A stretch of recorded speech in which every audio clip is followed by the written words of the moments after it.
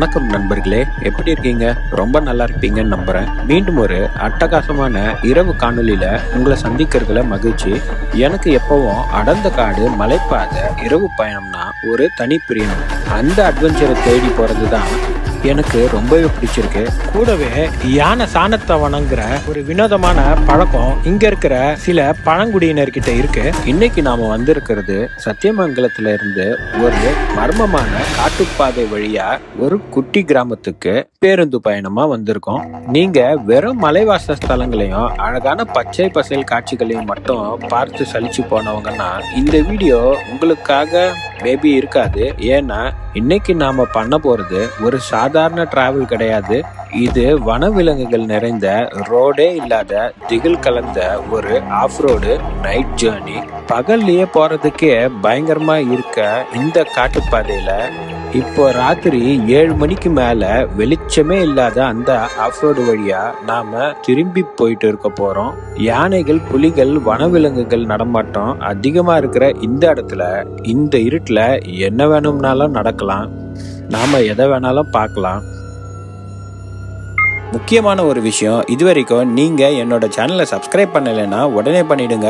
என்னுடைய ஒவ்வொரு வீடியோவும் நான் ஹார்ட் ஒர்க் பண்ணி தான் உங்ககிட்ட ப்ரெசென்ட் பண்றேன். இப்போ வாங்க நாம இந்த ட்ரிப் வீடியோக்குள்ள போகலாம். வணக்கம், வந்தனம் and welcome to my channel have rhythm explore. தூக்கி தண்ணி போகுது. இந்த ஊருக்கு வரவங்க யாரும் இந்த விஷயத்தை பத்தி நிறைய பேர் பெருசா பேசினது இல்லை. இவ்வளவு டீட்டெயில்டா நான் வேற எந்த சேனல்லையுமே எந்த வீடியோஸும் பெருசா நான் பார்க்கல. இந்த காட்டுப்பாதை நமக்கு ஒரு சாகசம். ஆனா இங்க இருக்கிற மக்களுக்கு இது கடந்த 50 ஆண்டுகால துயரம். ஒரு சாதாரண தார் சாலை வசதி இல்லாததால மருத்துவ உதவியும் கல்வியும் இழந்த பல தலைமுறைகளின் கண்ணீர் கதை இந்த மாக்காப்பாளையம் கிராமத்துக்குள்ள இருக்கு. நம்ம பயணத்தோட த்ரில்லுக்கு பின்னால மறைஞ்சிருக்கோம் இந்த கிராமத்தோட கனத்த நிஜத்தை இந்த வீடியோல நான் ஆட் பண்ணிருக்கேன். வீடியோவை தயவு செஞ்சு ஸ்கிப் பண்ணாம பாருங்க. நீங்க டிராவல், பஸ் போறத கூட ஸ்கிப் பண்ணிக்கோங்க. பட் ஆனா அந்த ஊரை பத்தி தெரிஞ்சுக்கிற அந்த ஒரு செக்மெண்ட்டை தயவு செஞ்சு ஸ்கிப் பண்ணிடாதீங்க ப்ளீஸ். நாம ஏற்கனவே சொன்ன போல இன்னைக்கு நம்ம ஒரு வேற லெவல் அட்வென்ச்சருக்கு கிளம்பியாச்சு. சத்தியமங்கலம் பஸ் ஸ்டாண்ட்ல இருந்து ஒரு குட்டி கிராமத்துக்கு போறோம். சாதாரண ஒரு டூர் இல்லைங்க, இது கொஞ்சம் த்ரில்லர் கலர்ந்த டிராவல்னு சொல்லலாம். இன்னும் சொல்ல போனா நீங்க இந்த ஊர்ல இருந்து ஆஃப் ரோட்ல தமிழ்நாட்டுல இருந்து கர்நாடகாக்கே போயிட முடியும். அதுக்கு ஒரு மண் பாதையே இந்த வழியா இருக்கு. நாம எங்க போறோம்னு பாத்தீங்கன்னா மாக்காம்பாளையம் அப்படிங்கிற ஒரு கிராமத்துக்கு. சத்தியமங்கலம் பேருந்து நிலையத்திலிருந்து ஒரு நாளைக்கு 3 வண்டிங்க இந்த ஊரை நோக்கி புறப்படுதுங்க. காலையில 5:15க்கு, 11:15க்கு, மாலை 4:40க்கு கிளம்புதுங்க. நாம மாலை 4:40 வண்டிக்கு தான் ப்ரெஃபர் பண்ணோம்.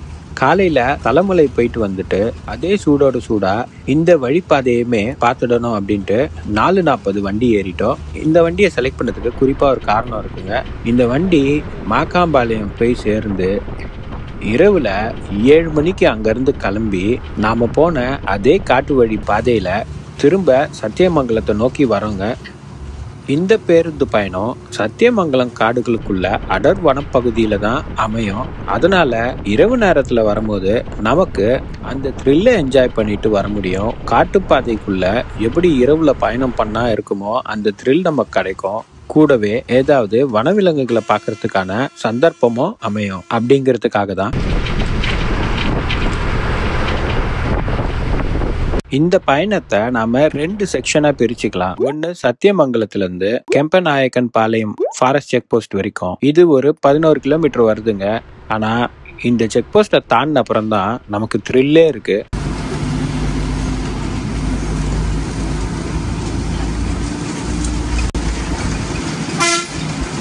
இந்த செக் போஸ்ட்டை தாண்டி ஒரு 14 கிலோமீட்டர் நாம கடம்பூரை போய் சேர்ற வரைக்கும் அபாயகரமா செல்லக்கூடிய ஒரு மலைப்பாதையில தான் நாம பயணம் பண்ண வேண்டியிருக்கோம். இந்த பாதை ரொம்பவே நேரோவா இருக்குங்க.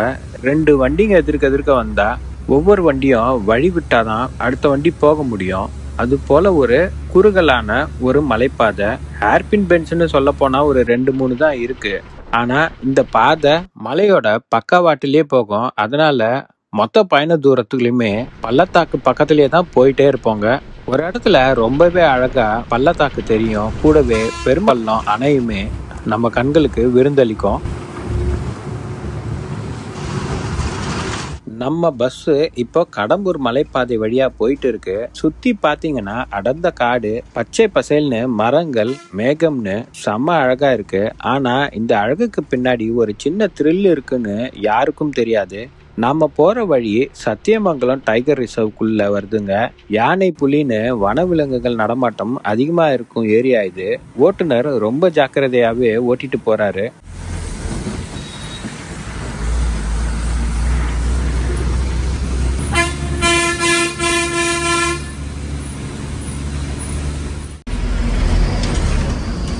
அடடா, ஒரு வழியா கடம்பூர் பஸ் ஸ்டாண்டுக்கு வந்துட்டோம். இங்க ஒரு சின்ன பிரேக்.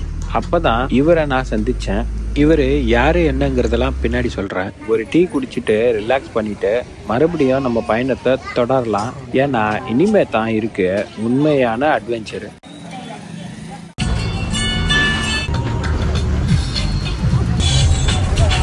பஸ் பயணம் முழுக்க இது போல சினிமா பாடல்கள் ஒலிச்சிட்டு இருந்ததுனால காப்பிரைட் இஷ்யூ வரோங்கிற காரணத்தினால நான் ஒரிஜினல் ஆடியோவை கட் பண்ணிட்டு பேக்ரவுண்ட் மியூசிக் அண்ட் நரேஷன்ல இறங்கிட்டேன். அதனால கொஞ்சம் கோச்சிக்காதீங்க ஒரிஜினல் ஆடியோ இல்லைன்ட்டு. கடம்பூர்ல இருந்து கிளம்பியாச்சு. ஒரு சில கிலோமீட்டர் நல்ல ரோடு தான் இருந்துச்சு. இந்த இடம் தான் மாக்காபாளையம் குன்றி பிரிவு.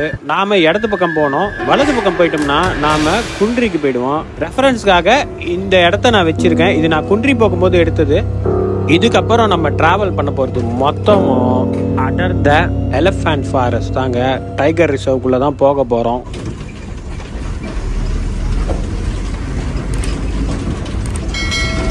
கடம்பூர் தாண்டி சின்ன சாலட்டிங்கிற கிராமத்தை தாண்டி மாக்காம்பாளையம் குன்றி பிரிவையும் தாண்டி ரோடு ஓரளவுக்கு தார் ரோடா தான் இருந்தது.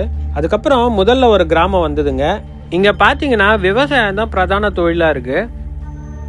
கூடவே இந்த பேருந்து சேவை மக்களுக்கு மட்டும் பயன்படல, கடைகளுக்கு பலசரக்கு வாங்குறதுல இருந்து உரமூட்டை வர வரைக்கும் எல்லாமே இந்த பேருந்தையும் நம்பி இருக்காங்க. இங்க பாருங்க, உங்களுக்கு அது புரியும். இந்த வயல்வெளியை பாருங்க, தீ மூட்டி இருக்காங்க.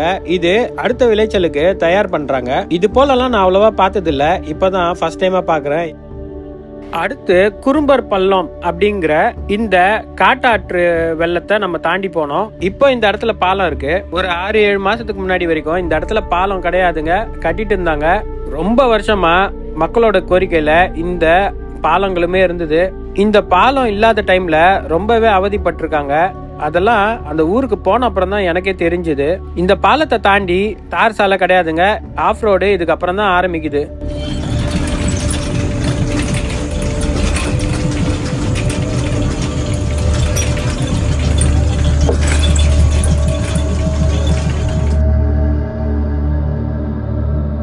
கடம்பூரை தாண்டி மாக்காம்பாளையம் நோக்கி போகும்போது பாதை அப்படியே வேற விதமாயிடுங்க. இப்ப வந்ததெல்லாம் ஒன்றும் இல்லை, இதுக்கு மேல த்ரில் இருக்கு வாங்கடா உங்களுக்கு அப்படின்னு கூட்டிட்டு போற மாதிரி தான் அந்த பாதை அமையும். அடர்ந்த வனப்பகுதிங்க, 2 பக்கமும் காடுகள் சூழ, சாலையே இல்லாத ஆஃப் ரோட்ல தான் ஒரு 10 கிலோமீட்டருக்கும் மேல பயணம் பண்ண வேண்டியிருக்கும். கூகுள் மேப்ல இந்த ஊருக்கு ரூட்டு கூட காட்ட மாட்டேங்குதுங்க. லொக்கேஷனை பாயிண்ட் பண்ணுதே தவிர இதுக்கான பாதையை காட்டவே மாட்டேங்குது. சர்க்கரை பள்ளத்தை தாண்டி நம்ம மாக்காம்பாளையத்தை நோக்கி போயிட்டு இருக்கும்போது தான் ஓடையில 2-3 யானை இருக்கிற போல நமக்கு தெரிஞ்சுதுங்க. அந்த இருட்டில் நான் எடுத்தது சரியா அவங்களுக்கு படமாச்சான்னு தெரியல, மூமெண்ட்டோட நல்லாவே எனக்கு தெரிஞ்சுதுங்க. அடர்ந்த மரங்க இருந்ததுனால, இருளில் இருந்ததுனால நமக்கு அவ்வளவா தெரியல. இந்த ஃபோனில் யானை இருக்குன்னு நினைக்கிறேன். யானை இந்த மாதிரி தான் பாறையில். பேருந்து கடைசி இடமா கோம்பை தொட்டி கூத்தம்பாளையம் அப்படிங்கிற இடத்துக்கு போயிட்டு மாக்காம்பாளையத்தை நோக்கி வந்தாங்க. அங்க ஒரு 10 நிமிஷம் பிரேக்கு. நமக்கு கோம்பை தொட்டிலேருந்து தான் ரிட்டர்ன் டிக்கெட் சத்தியமங்கலத்துக்கு நம்ம வாங்கியிருந்தோம். அதே போல் த்ரில்லான இரவு அனுபவத்துக்காக நாங்களும் ஆயத்தமாயிட்டு இருந்தோம். இதுங்களா? ஓகே, இறங்கி தான் வரணும். இதுதான் மாக்காம்பாளையம் ஊர். இந்த பர்டிகுலர் இடத்துல ஸ்கூலு, கடைங்க, சின்ன ஹோட்டல்ன்ட்டு அத்தியாவசியமான தேவைக்கெல்லாம் இங்கே தான் வரணும் போல இருக்கு. இந்த மக்களை பற்றியுமே கண்டிப்பாக சொல்லியே ஆகணும். எல்லாருமே நம்ம வண்டியில் புதுசாக வரவோ பிகினிங்கில் ரொம்பவே விசாரிச்சாங்க, யார் நீங்கள் புதுசாக இருக்கீங்க அப்படின்லாம். அதுக்கப்புறம் கொஞ்சம் நல்லாவே பேச ஆரம்பிச்சிட்டாங்க கொஞ்சம் பேர். நான் ஒருத்தரை பிகினிங்கில் இன்ட்ரடியூஸ் பண்ணுறேன்னு சொல்லியிருந்தேன். அவர் பேர் தான் நந்தகுமார். மாக்காம்பாளையம் தான் அவருக்கு சொந்த ஊர். அவர் இந்த ஊரை பற்றி நிறைய இன்ஃபர்மேஷன் நமக்கு ஷேர் பண்ணாரு. மக்கள் எவ்வளோலாம் கஷ்டப்பட்டு இந்த இடத்துல இருந்திருக்காங்க கடந்த 50 ஆண்டு காலமா. இப்போ ஒரு சாலை வசதிக்காக இன்னுமே போராடிக்கிட்டு இருக்காங்க. இப்படி கல்விக்கும் மருத்துவத்துக்கும் அடிப்படை வசதி பெருசா இல்லாத இந்த ஒரு கிராமத்துல இருந்து இவரு நல்லா படிச்சு டிசைன் இன்ஜினியரா இப்போதைக்கு ஒர்க் பண்ணிட்டு இருக்காருங்க. இது போல இருக்கிற இடத்துல இருந்து படிச்சு வெளியில வந்து இன்ஜினியரிங் ஃபீல்டுல பெரிய ஆளா இருக்கிறது ரொம்பவே பெரிய விஷயம். நான் கேட்ட சில கேள்விகளுக்கு அவர் சொன்ன பதில நீங்களே இங்க கேளுங்க. எனக்கு ரொம்பவே எமோஷனலா ஆயிடுச்சு. அந்த ஒரு ஃபீலிங் உங்களுக்கும் வரணும்னு நானும் எக்ஸ்பெக்ட் பண்றேன். வாங்க நம்ம ரிட்டர்ன் ஜர்னில இந்த ஊரை பத்தி கொஞ்சம் தெரிஞ்சுக்கிட்டு டிராவல் பண்ணுவோம். எங்கள் ஊரில் ஒரு 350 குடும்பமும் இருக்குது. நம்ம வாக்காளர்கள்னு பார்த்துட்டா ஒரு 1400 வாக்காளர்கள் இருப்பாங்க. நம்மளுக்கு பள்ளிக்கூடம் வந்து 10வது வரைக்கும் இருக்குது. ஆனால் 10வதுல அதிக மாணவர்களோ மாணவிகளோ இருக்க மாட்டாங்க. ஒரு 10 பேர் தான் இருப்பாங்க. இங்கே ஒருத்தருக்கு உடம்பு சரியில்லை அப்படிங்கும்போது கடம்பூரில் ஒரு ஆம்புலன்ஸ் இருக்கும். நாம் ஒரு கர்ப்பிணி பெண்ணே இருக்கிறாங்க அப்படின்னா அவங்களுக்கு ஒரு டெலிவரி ஆகுது அப்படிங்கும்போது நம்ம அதை அழைச்சி நம்ம கூப்பிடலாம். அது வர்றதுக்கு எப்படியும் ஒரு அரை மணி நேரம் மேலே ஆகும். அரை மணி நேரங்கிறது நம்ம குறைஞ்சபட்சம் சொல்கிறோம், அதிகமாகும். இங்கே வந்து கூட்டிகிட்டு சத்தி தான் போய் ஆகணும். கவர்மெண்ட்டு ஆஸ்பத்திரிங்கிறது சத்தியில் தான் இருக்குது. சத்தி தான் வந்தாகணும் டெலிவரிக்கு. நமக்கு சத்தி வராதுக்கு முன்னாடியே ஒரு 5-6 பேர்த்துக்கு ஆம்புலன்ஸ்லேயே பிரசவம் ஆகிருக்கு. அது போக காய்ச்சல், தலைவலி அப்படி சின்ன சின்ன இருந்துச்சுன்னா மாக்கம்பாளையத்துலேருந்து கடம்பூர் வரதை காட்டினா பக்கத்தில் கர்நாடகா கூடலூர்னு ஒரு ஊர் இருக்குது. அங்கே கவர்மெண்ட் ஆஸ்பத்திரி இருக்குது, கர்நாடகா கவர்மெண்ட் ஆஸ்பத்திரி. அங்கே போய் பார்த்துப்பாங்க. முதல் முறையாக எங்கள் ஊருக்கு பேருந்துங்கிறது 1996ஆம் ஆண்டு தான் வருது. அது வரைக்கும் அஞ்சன பிரிவுங்கிற இடம் வரைக்கும் தான் பேருந்துங்கிறது வரும். அது எங்கன்னா மாக்கம்பாளையத்திலிருந்து எங்கள் ஊர்லேருந்து 10 கிலோமீட்டருக்கு முன்னாடியே இருக்குது. அது வரைக்கும் தான் பேருந்து வரும். அதுக்கப்புறம் நாங்கள் நடந்து தான் வரோம். அதுவும் 1996 பேருந்து விடுறாங்கன்னா அது எப்படி விடுறாங்கன்னா காலை மாலை 2 வேளை தான் வரும் பேருந்து. மாக்கம்பாளையத்துக்கும் குன்றிக்கும் சேர்த்தே ஒரே பேருந்தாக தான் இருக்கும். ரொம்ப வனவிலங்குகள் தொந்தரவு இருக்கும். அந்த மாதிரி ஏரியா அது. அஞ்சனப்பிரிவுலேருந்து இறக்கி விட்டாங்கன்னா 10 கிலோமீட்டர் நடந்து வரணும். நம்ம பையனையும் தூக்கிக்கிட்டு குழந்தை குட்டியும் தூக்கிக்கிட்டு அவ்வளவு கஷ்டப்பட்டுருக்குறாங்க அந்த மக்கள்.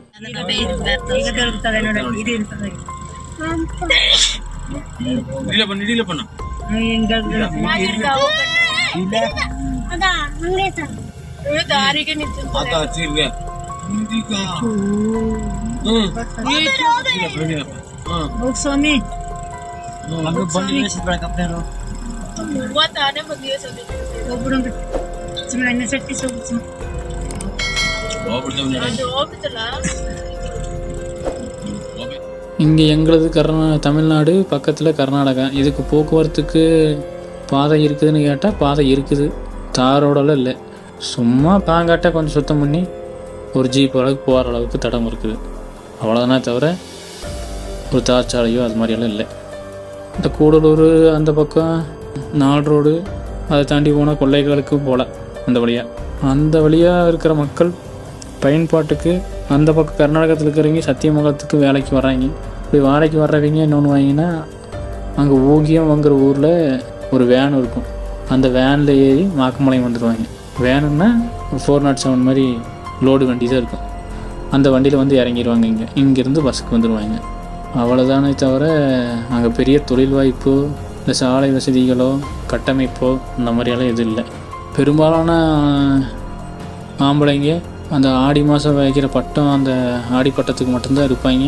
அப்போ தான் விவசாயம் நடக்கு, அதை பாதுகாப்பாங்க, அவ்வளோதான். அதுக்கப்புறமெல்லாம் அங்கேருந்து ஊரை விட்டு வெளியேறி இப்போ கரும்பு வெட்டுறக்கெல்லாம் மிஷின் அதிகமாக வந்ததுனால கரும்பு வெட்டுற தொழிலுக்கு போகிறதில்ல. இதற்கு முன்பாலாம் கரும்பு வெட்டுற தொழிலுக்கு தான் அதிகமாக போயிட்டு இருந்தாங்க. இப்போ கர்நாடகா பக்கம் அந்த குவாரிக்கும் தமிழ்நாடு சத்தியமங்கலத்தில் வாழைக்காலோ வெட்டுறக்கும் அந்த வர்றாங்க. அவங்களுக்கு தங்கறதுக்கு இடம் இருக்குது, வீடு இருக்குதுன்னு பார்த்தா இல்லை. ஏதோ கடையோரங்களில் தங்கிட்டு பவானி ஆறு ஓடுது சத்தியமங்கலத்தில், அதில் குளிச்சுட்டு கடையிலேயே சாப்பிட்டு வேலைக்கு போயிட்டு வந்துட்டுக்கிறாங்க. ரொம்ப சிரமத்தில் இருக்கிறாங்க. பொருளாதார அடிப்படையில் முன்னேறணும்னா அந்த ஊர்லேருந்து வெளியே வந்தால் மட்டும்தான் அது நடக்குதே தவிர அங்கேயே ஒரு நம்மளுக்கு தொழிலுங்கிறது இல்லை. விவசாயம் மட்டும்தான். விவசாயமும் ஆடு மாடு மேய்க்கிறது மட்டும்தான் அங்கே தொழில். அதை தவிர வேறு அங்கே எந்த ஒரு தொழிலும் இல்லை.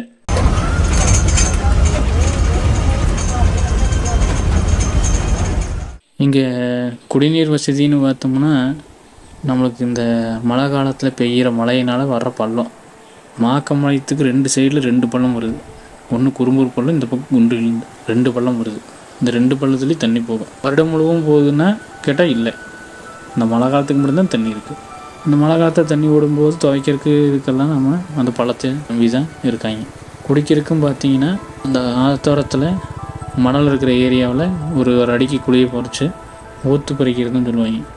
இந்த ஊற்று பறித்து அதுலேருந்து வடிகட்டி தண்ணியை எடுத்து யூஸ் பண்ணிக்குவாங்க. இப்போ சமீப காலமாக தான் இந்த போர் வசதியெல்லாம் வந்ததுக்கப்புறம் போர் போட்டு போர் தண்ணி வீட்டுக்கு தண்ணி வருது. இதுக்கு முன்னாடியெல்லாம் பார்த்தீங்கன்னா அந்த ஊற்று தண்ணி தான் எல்லாம் பயன்படுத்திகிட்டு இருந்தாங்க. விவசாயங்கிறது பார்த்திங்கன்னா எல்லாம் இந்த ஆடி மாதம் போடுற ஆடி பட்டத்துக்கு மட்டும்தான் போடுறது. வானம் போத்த பூமி தான் அதிகமாக இருக்குது. அதில் மக்காச்சோளம் இல்லைன்னா குச்சிக்கிழங்கு தான் போடுவாங்க. அது குச்சிக்கிழங்கு போட்டாலும் பன்றிகளோட தொந்தரவு பெருந்தொந்தரவாக இருக்கும். நம்ம இப்போ இந்த காலத்தில் டிராக்டர் விட்டு உழுகிறத விட அந்த பன்றிகள் ரொம்ப ஆழமாக உழுந்து கிழங்குகளை சாப்பிடும். ரொம்ப தொந்தரவாக இருக்கும். மக்காச்சோளம்லாம் போடும்போது அந்த பிஞ்சு வரப்போ கரெக்டாக அந்த பால் வாசம் அடிக்கும். அந்த பால் வாசத்துக்கு கண்டிப்பாக யானையை ஊருக்குள்ளே வருஷம் வரும். அதை தடுக்கிறதுக்கு உண்டான எந்த ஒரு ஏற்பாடும் இது வரைக்கும் அரசாங்கம் பண்ணதில்லை. ஒரு அகழி வெட்டுறதோ அந்த மாதிரி எந்த ஒரு நடவடிக்கையும் இது வரைக்கும் நடக்கலை.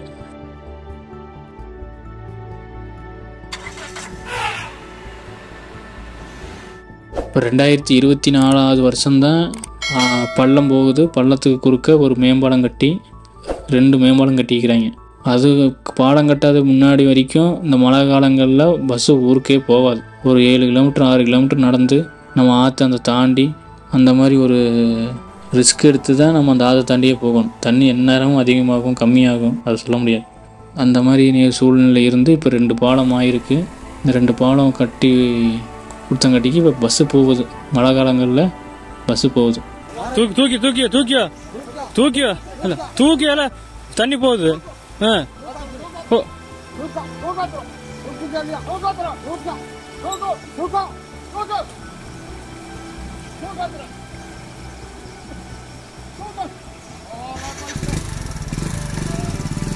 ஒரு தார் சாலை வசதி மட்டும் இருந்தால் கர்நாடகாவுக்கு சத்தியமங்கலம் இருந்து பன்னாரி திம்பம் வழியாக கொள்ளைகால் போகிறத விட சத்தியமங்கலம் கடம்பூர் மாக்கம்பாளையம் கொள்ளைகால் போகிறது ஒரு 50 கிலோமீட்டருக்கு மிச்சம். நீங்கள் பன்னாரி திம்பம் போகிறது சுற்றி போகிறது மாதிரி 50 கிலோமீட்டர் சுற்றி போக வேண்டியதாக இருக்குது. இந்த பக்கம் 50 கிலோமீட்டர் கம்மி. ஆனால் இந்த பக்கம் வர மாட்டேங்கிறாங்க. ஏன்னா சாலை வசதி இல்லை.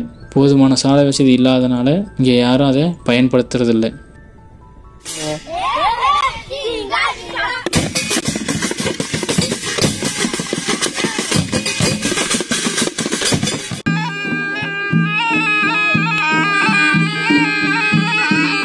இந்த ஊரில் திருவிழான்னு பார்த்தோம்னா பத்ரகாளி அம்மன் ஒரு கோயில் இருக்குது. அந்த கோயிலோட தேர் திருவிழா ஏப்ரல் மாதத்தில் போடுவாங்க.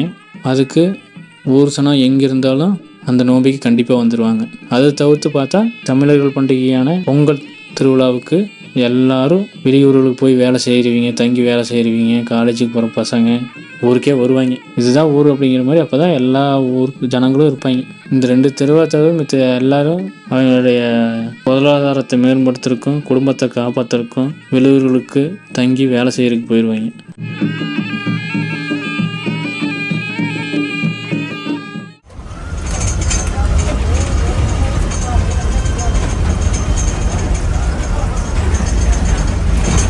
மக்கள் இவ்வளோ அழகாக ஜாலியாக இருக்காங்க, சின்ன பசங்க பெரியவங்கன்னு. ஆனால் இவங்க எல்லாருக்குள்ளதுமே அந்த ஊருக்கான அத்தியாவசிய தேவைங்களான சாலை வசதி, மருத்துவ வசதி இதெல்லாமே நீண்ட நாள் கோரிக்கையாகவே இருந்துக்கிட்டே இருக்குது. ஒரு 8-9 வருஷத்துக்கு பின்னால் இந்த ஊர் மக்கள் தேர்தலையே புறக்கணிச்சிருக்காங்க. இதுவரை வாக்குறுதிகளை நம்பி வாக்களித்தது போதும் என்ற நிலைக்கு தள்ளப்பட்டுள்ள மாக்கம்பாளையம் மக்கள் தேர்தல் புறக்கணிப்பு போராட்டத்தில் இறங்கியுள்ளனர். சிம்பிளா சொல்லணும்னா அவங்களுக்குன்னு தேவையானதை அந்த ஊர் மக்களே பூர்த்தி செஞ்சுக்கிறாங்க.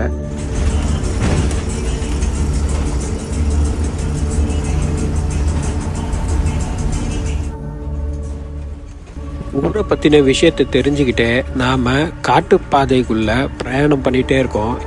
சாலையே இல்லாத இந்த ராத்திரி வேலையில ஒரு மாதிரி பயம் கலந்த ஃபீலிங்கோட தான் இந்த பஸ்ல நம்ம பிரயாணம் பண்ணிட்டு இருக்கோம். அப்பெல்லாம் நமக்கு தெரியாது இந்த கிராமத்துக்குள்ள இப்படி பல போராட்டங்கள் இருக்கு அப்படின்னு. நாமளும் ஏதாவது வனவிலங்குகளை பார்த்துருவோமா அப்படின்ற ஒரு எதிர்பார்ப்போட போய்கிட்டே இருந்தோம்.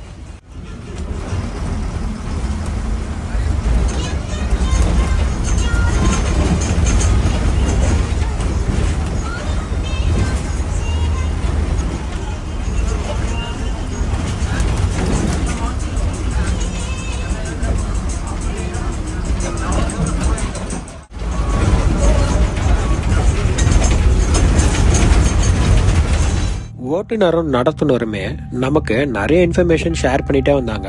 நம்மள நல்லாவே பார்த்துக்கிட்டாங்கன்னு சொல்லணும். பிரேக்ல டீ வாங்க போகும்போது கூட நம்மளையும் கூட கூட்டிட்டு போனாங்க. அப்போ நிறைய சுவாரஸ்யமான விஷயங்களுமே சொன்னாங்க. இந்த பாலங்க ஒரு வருஷத்துக்கு முன்னாடி தான் கட்டி முடிக்கப்பட்டிருக்குங்க. அதுக்கு முன்னாடி வரைக்கும் பேருந்து ஆத்துக்குள்ள இறங்கி தான் ஊருங்களுக்கு போய் ரீச் ஆகும். நான் ஏற்கனவே வீடியோல இங்க காமிச்ச போல எப்போ காட்டாறு வெள்ளம் வரோன்னே தெரியாதான். அந்த மாதிரி சமயத்துல ஊருக்குள்ள பேருந்து போயிட்டு திரும்பி வரும்போது வெள்ளம் அதிகமா இருந்ததுன்னா பேருந்தால காட்டாற்றை தாண்டி போக முடியாத சூழ்நிலை. அந்த மாதிரி நேரங்கள்ல ஊர்லயே தங்கிடுவாங்களாம். அப்போ அங்க இருக்கிற ஸ்கூல்ல தங்கிடுவாங்க போல. யாராச்சும் ஒரு வீட்டுல அந்த ஊர் மக்களே சாப்பாடும் ப்ரொவைட் பண்ணிடுவாங்க. இது போல சொன்னாரு. மோஸ்ட்லி ஊர்ல இருக்க எல்லாருமே அத்துப்படியா யாரை பார்த்தாலும் வணக்கம் வைக்கிறாங்க, பேசுறாங்க. அது போலதான் இருக்காங்க. ஸோ ரொம்பவுமே ஒரு பிரதர்ஹுட் மெயின்டைன் பண்றாங்க. ரைட் சைடு சரியான பல்லா இருக்காமா?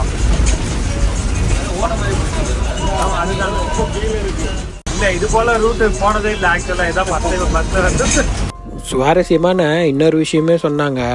நம்ம கூட வர இந்த டிரைவர் கண்டக்டர் ஒரு சமயம் புலியை பார்த்துருக்காங்க. சிறுத்தைங்களை அடிக்கடி பார்ப்பாங்களாம்.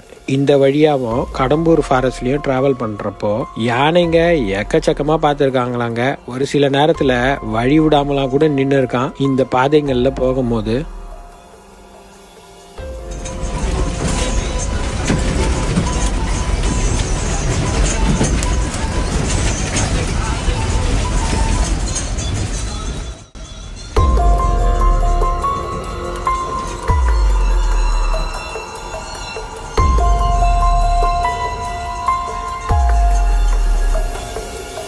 இந்த ஊருக்கு போனப்போ நான் ஒண்ணு கவனிச்சேன். எல்லாரும் பேசுற பாஷை நான் நிறைய கேட்டது தமிழ் கிடையாது, கன்னடம் நினைச்சேன். அப்புறம் தான் எனக்கு தெரியும் அது ஊராளி பழங்குடியினரோட தமிழும் கன்னடமும் கலந்த ஊராளி பாஷை. குறிப்பா இன்னும் பல ஆச்சரியம் தரக்கூடிய பழக்க வழக்கங்கள்லாம் இவங்க கிட்ட இருக்கு. ஒன்னு இசை, இன்னொன்னு மூலிகை புகை போடுறது. இது வீட்டுக்கும் குழந்தைங்களுக்கும் ரொம்ப நல்லது அப்படின்னு பானையில ஒரு ஓட்டை மாதிரி செஞ்சு அந்த பானைக்குள்ள மூலிகை கங்கு வச்சு அது எரிய விட்டு புகை போடுறாங்க. இன்னொன்னு நான் கேள்விப்பட்டது, காடுகளுக்கு பெண்கள் வேலைக்காக ஏதாவது செய்யறதுக்காக கிழங்கு பறிக்கிறதுக்கோ இல்ல குச்சி பொறுக்கிறதுக்கோ ஏதோ ஒண்ணு அவங்க போகும்போது வழியில யானை சாணங்களை பார்த்தா அந்த சாணத்தை வணங்கிட்டு அதுல இருக்க மண்ணை நெத்தியில பொட்டு மாதிரி வச்சுட்டு போறாங்க. இது ஊராளி பழங்குடியோட ஆச்சரியம் தரக்கூடிய ஒரு பழக்கமா இருக்கு.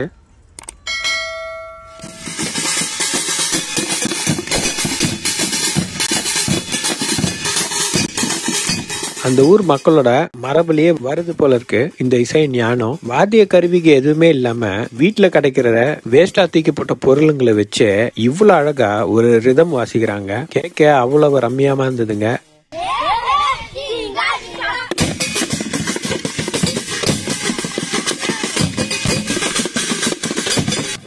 அதை நான் நேர்ல அங்க சும்மா கொஞ்ச நேரம் கேட்டேன். அதை விட இந்த வீடியோல பார்க்கும்போது செம ஆச்சரியமா இருந்தது. அதே போல இவங்களுடைய நாட்டுப்புற இசையில பாத்தீங்கன்னா மகுடி மாதிரி ஒண்ணு வாசிக்கிறாங்க. அதுக்கு பேரு பீனாச்சி அப்படின்னு சொல்றாங்க. கூடவே தோல் வாத்தியமே இருக்கு.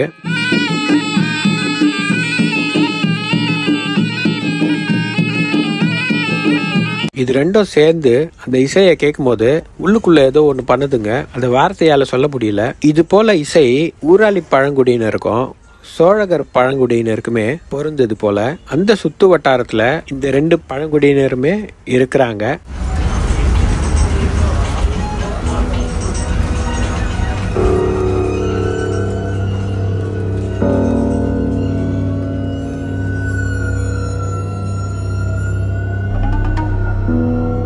இன்னும் த்ரில்லா இன்னொரு ராஜாங்கமே இந்த இடத்துல நடந்திருக்கு. அந்த வரலாறை கொஞ்சம் பார்ப்போம். இந்த காட்டுப்பாதைக்கு ஒரு தனிப்பட்ட மிரள வைக்கும் வரலாற்று பின்னணி இருக்கு. நாம இப்போ கடந்து வந்த இந்த மொத்த பகுதியும் சத்தியமங்கலம் வனவிலங்கு சரணாலயத்துக்கு உட்பட்டது. கடம்பூர் மலைப்பகுதிகள் கிலோமீட்டர் கணக்கா பரவி இருக்கிற ஒரு மாபெரும் காடு. இந்த அடர்ந்த வனப்பகுதியை கிட்டத்தட்ட 36 ஆண்டுகள் தன் கட்டுப்பாட்டுக்குள்ள வைத்திருந்த அந்த ஒரு மனிதரை பற்றி தான் இப்ப பார்க்க போறோம். தமிழ்நாடு, கர்நாடகா என 2 மாநிலங்களின் எல்லைகள் சந்திக்கும் இந்த காட்டில் கடம்பூர் வனப்பகுதிகள் அவருடைய மிக முக்கியமான மறைவிடங்களாகவும் நடமாடும் தலமாகவும் இருந்தது. குன்றி மற்றும் மாக்காம்பாளையம் போன்ற கிராமங்கள் கடம்பூர் வனப்பகுதிகளில் மிக உட்புறத்துல அமைந்திருக்கிற சின்ன குக்கிராமங்கள், ஹேம்லெட்னு ஆங்கிலத்துல சொல்லுவோம். வனத்தின் ஆழத்துல வசித்த அந்த நபர் காவல்துறையின் கண்களில் படாமல் இருப்பதற்கு இந்த அடர்ந்த காடுகளோட எல்லைகளில் இருக்கும் கிராம மக்களின் ஆதரவு ரொம்பவே அதிகம். தனிப்பட்ட மரியாதை காரணமாகவும் அவருக்கு தேவையான உதவிகளையும் செய்ததா தகவல்கள் இருக்கு. இந்த சத்தியமங்கலம் பூராவே இது போல தகவல்கள் கொட்டி கிடக்குது.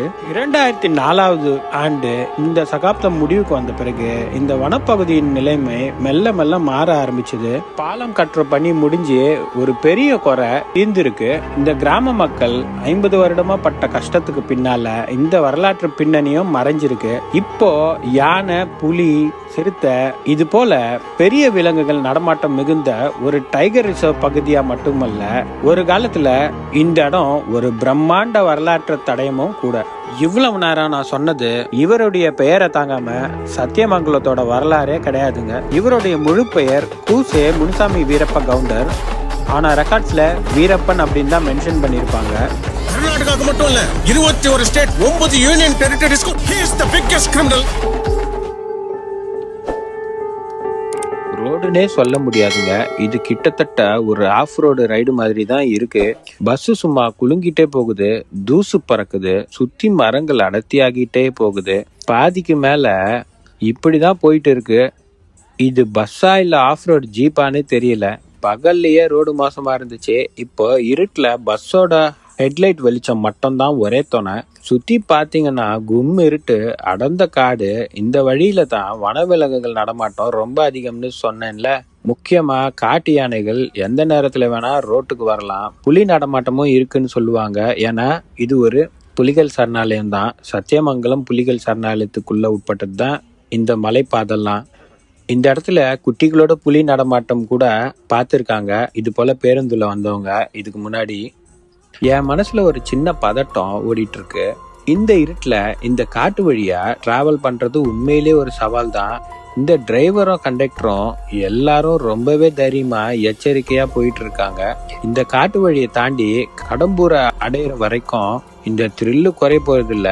ஒருவேளை நடுவுல ஒரு யானை கூட்டத்தை பார்த்துட்டா எப்படி இருக்கும்னு நினைக்கும் போது ஒரு ஷாக் அடிக்குது.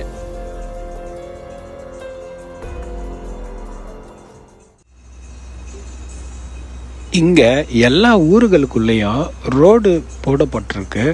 அதே மாதிரி வயல்வெளிகளை சுற்றி மின்வேலி அமைக்கப்பட்டிருக்கு விலங்குகளை தடுக்கிறதுக்காக. ஆனால் ஊருங்க அல்லாத காட்டுப்பாதைகளில் இது போல் ஆஃப் ரோடு தான் இருக்குது. இப்போ நாங்கள் போயிட்டு வந்த அப்புறம் கூட இந்த மலைப்பாதையில் மண் சரிவு ஏற்பட்டு வெள்ளம் அரைப்பாலத்துக்கு மேலே போய் கடம்பூர், மாக்காம்பாளையம், குன்றி இது போல் அந்த லைனில் இருக்க எல்லா மலை கிராமங்களுக்கும் 3 நாட்களுக்கு வாகன சேவை துண்டிக்கப்பட்டது.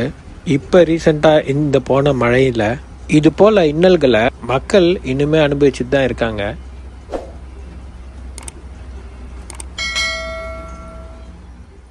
இந்த பேருந்தோட பயண கட்டணம் வெறும் 45 ரூபாய் தான். ஒரு 2.5 மணி நேரம் பல மலை கிராமங்களையும் கடந்து அவங்களுடைய வாழ்க்கை முறை எப்படி இருக்குங்கிற அந்த ஒரு சின்ன கிளிம்ஸுமே பார்த்துட்டு வனப்பகுதிகளுக்குள்ள ஊருங்க எப்படி இருக்கு அப்படிங்கிற எக்ஸ்பீரியன்ஸும் கெயின் பண்ணிட்டு அடர் வனத்துக்குள்ளயுமே பேருந்து பயணம் பண்ணி இந்த மொத்த எக்ஸ்பீரியன்ஸையும் கெயின் பண்ண முடியும்.